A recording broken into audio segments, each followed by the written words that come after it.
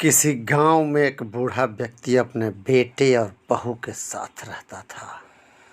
परिवार सुखी संपन्न था, किसी तरह की कोई परेशानी नहीं थी। बूढ़ा बाप, जो कि इस समय अच्छा खासा नौजवान था, आज बुढ़ापे से हार गया था। चलते समय लड़खड़ाता था, लाठी की जरूरत पड़ने लगी।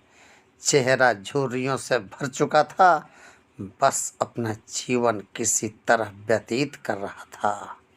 घर में एक चीज़ अच्छी थी कि शाम को खाना खाते समय पूरा परिवार एक साथ टेबल बैठकर खाना खाता था। एक दिन ऐसे ही शाम को जब सारे लोग खाना खाने बैठे, बेटा ऑफिस से आया था। भूख ज़्यादा थी तो जल्दी में खाना खाने बैठ गया और साथ में बहू और उसका बेटा भी खाने लगे।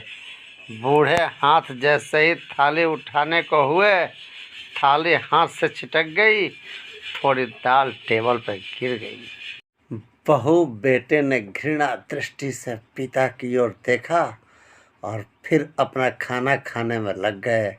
बूढ़े पिता ने जैसे ही अपने हिलते हाथों से खाना खाना शुरू किया तो खाना कभी कपड़ों पर गिरता, कभी जमीन पर। बहू ने चिढ़ते हुए कहा, हे राम, इतनी गंदी तरह से खाते हैं, मन करता है इनकी थाली किसी अलग कोने में लगवा देते हैं। बेटे ने भी ऐसे सिर हिलाया जैसे पत्नी की बात से सहमत हो। उनका बेटा यह सब मासूमियत से देख रहा था। अगले दिन पिता की थाली उस टेबल से हटाकर एक कोने में लगवा दी गई।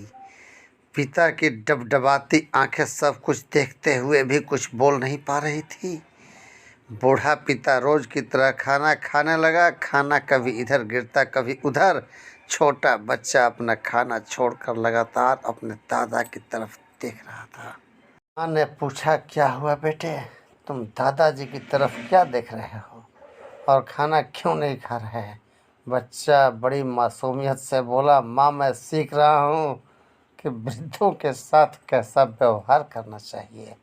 जब मैं बड़ा हो जाऊँगा और आप लोग बूढ़े हो जाओगे तो मैं भी आपको इसी तरह कोने में खाना खिलाया करूँगा। बच्चे के मुंह से ऐसा सुनते ही बेटे और बहू कांप उठे। शायद बच्चे की बात उनके मन में बैठ गई थी, क्योंकि बच्चे ने मासूमियत के साथ एक बहुत बड़ा सबक दोनों को दिया था।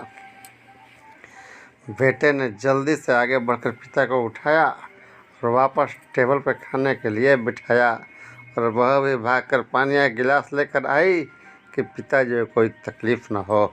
इसलिए कहा जाता है कि जो हम औरों के लिए करते हैं वही हमें वापस लौट कर मिल जाता है।